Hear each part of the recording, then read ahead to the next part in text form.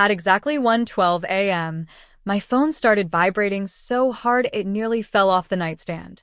12 missed calls, 23 text messages, 3 voicemails. Just hours earlier, my mother had removed me from the family group chat with one message. "We've agreed you're no longer part of this family. Don't come back." My brother reacted with a thumbs up. My sister laughed with emojis. I didn't beg. I didn't argue. I simply replied, "Thanks for confirming." Then, one by one, I canceled every payment I'd quietly been making for them. By midnight, they still didn't know. By 1:12 a.m., they did. My name is Claire Bennett. I'm 34 years old, and the strangest thing about being thrown out of my own family wasn't the message itself. It was how calm I felt after reading it. For nearly 8 years, I'd quietly done everything I could to keep my family standing after my father passed away from a heart attack. Mom thought she was holding everyone together. The truth was I worked as a senior financial analyst for a healthcare company in Chicago. It wasn't glamorous, but it paid well, and Dad had taught me something before he died. If you're lucky enough to have stability, use it to protect the people you love. I never forgot those words. Every month, I covered part of Mom's mortgage without telling anyone. I paid my brother Ethan's truck payment after he'd fallen behind. I kept the family phone plan active because it was cheaper under my account. I even paid the internet bill, 2 streaming subscriptions Mom loved, and part of my sister Melissa's car insurance after she'd lost her job. No one ever thanked me, because no one knew. Whenever relatives asked how everything stayed afloat after Dad died, Mom always smiled and said, "Your father planned well. We're managing just fine." I never corrected her. I didn't need credit. I just wanted everyone to be okay. At least, that's what I believed. 3 weeks before everything fell apart, Melissa announced she wanted to open an online boutique. She had no business plan, no savings, no experience. Mom immediately volunteered my money.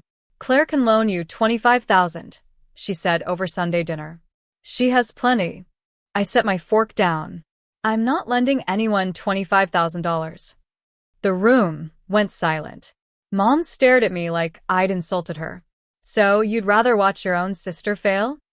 "I'd rather she start when she's financially ready." Melissa rolled her eyes. There she goes again. Miss Perfect. No one spoke to me for the rest of dinner. The next afternoon, my phone buzzed with a notification from our family group chat. Mom had posted a message. "After talking with everyone, we've agreed you're no longer acting like family. Don't come to birthdays, holidays, or any family gatherings until you learn what family means." Before I could even process it, Ethan reacted with a thumbs up. Melissa added a laughing emoji. Then Mom removed me from the group. I stared at the screen for a long moment. 28 years of being the dependable daughter ended with one message. I didn't call. I didn't text. I simply replied privately to my mother with 6 words. "Thanks for confirming. I understand completely." Then I walked to my desk, opened my laptop, signed into my online banking, and began reviewing every automatic payment connected to my family's monthly bills. I didn't make my decision out of anger. I made it out of clarity. For years, I'd convinced myself that helping my family was the right thing to do. But somewhere along the way, generosity had quietly become obligation. And the moment Mom told me I was no longer family, that obligation ended. I opened my banking dashboard. One by one, every recurring payment appeared on the screen. The first was the monthly mortgage contribution. I wasn't on the deed. I wasn't legally responsible for it. I simply clicked Cancel Auto Payment. The confirmation window appeared. I selected Confirm. Done. Next came Ethan's truck payment. 3 years earlier, he'd missed several installments after changing jobs. I'd stepped in because I didn't want his truck repossessed. He'd promised to take over next month. Next month had somehow lasted 3 years. I removed my payment authorization. Done. Melissa's car insurance. Done. The family phone plan under my account. I transferred my personal number to a new individual plan and removed every other line. Done. Internet service. Cancelled. Streaming subscriptions. Cancelled. The annual roadside assistance renewal. Removed. Even the cloud storage account everyone used for family photos had been renewing through my credit card for years. I disconnected that too. By the time I finished, nearly every recurring charge connected to my family had disappeared from my account. I leaned back in my chair. For the first time in years, I didn't feel guilty. I felt peaceful. Around midnight, I made myself a cup of tea, turned off the television, and climbed into bed. My phone rested on the nightstand, silent. Then, at exactly 1:12 a.m., it exploded. One call, then another, then another. The screen filled with notifications. Mom calling, Ethan calling, Melissa calling. Missed payment alerts had begun arriving. Mortgage contribution failed. Vehicle payment authorization removed. Phone plan suspended pending updated billing. Internet account required immediate payment. I watched the screen light up again and again.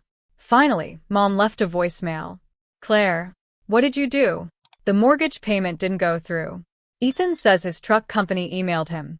None of our phones are working. Call me right now and fix this. A text from Melissa arrived seconds later. What is wrong with you? Another from Ethan. This isn't funny. I waited until the phone stopped ringing. Then I sent one message to the three of them.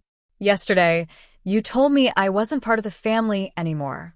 A minute later, Mom replied. That doesn't mean you stop helping us. I read her words twice. Then I answered. I only stopped paying bills that were never my responsibility. Nothing more. Nothing less. The phone rang again. I placed it face down and went to sleep. The next morning, I woke to 37 missed calls. But the message that caught my attention wasn't from my mother. It was from my Aunt Linda. Claire, I think there's something I need to ask you before anyone else tells me their version of what happened. I called Aunt Linda before anyone else could. She answered on the first ring. Claire, she said gently, your mother told everyone you cut the family off for no reason. But something doesn't add up. What really happened? I took a slow breath. Then, for the first time in years, I told someone the truth. I explained the mortgage payments, Ethan's truck, Melissa's insurance, the phone plan, the internet, every monthly expense I'd quietly covered since Dad died. There was a long silence. Finally, Aunt Linda whispered, your mother never told anyone that. I know. She said your father's savings were paying for everything. They ran out years ago. Another silence. Then she sighed. I'm so sorry, Claire. By that afternoon, the truth had spread through the family. Not because I argued, because people started asking questions. When relatives realized I had been paying thousands of dollars every month without expecting recognition, the story changed completely.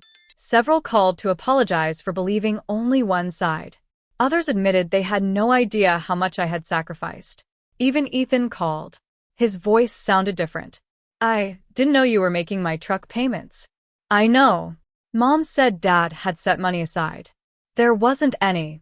He didn't speak for several seconds. I'm sorry. It wasn't a perfect apology, but it was honest. Melissa texted later that evening. I shouldn't have laughed in the group chat. I simply replied, I hope you do well with your business. Nothing else. 3 days later, Mom knocked on my apartment door. She looked exhausted. For the first time in years, she wasn't giving instructions. She was asking. I made mistakes, she said quietly. I want us to be a family again. I looked at her for a long moment. I hope one day we can have a healthier relationship. Her face brightened. Then I gently continued. But that relationship can't be built on expectations you never discussed or sacrifices you never acknowledged. She lowered her eyes. I understand. Whether she truly did, I couldn't tell. Over the next year, the money I had once spent covering everyone else's bills stayed in my own account. I built an emergency fund, increased my retirement savings, and finally bought the small townhouse I'd been postponing for years because someone else always needed help first. The funny thing was, losing my place in that family group chat turned out to be the first step toward building a life where I finally came first. Dad used to tell me that generosity is strongest when it's given freely, not when it's demanded. Now I understood exactly what he meant. Sometimes the healthiest family boundary isn't walking away in anger. It's quietly stopping the things no one ever appreciated and allowing people to discover their true value only after they're gone.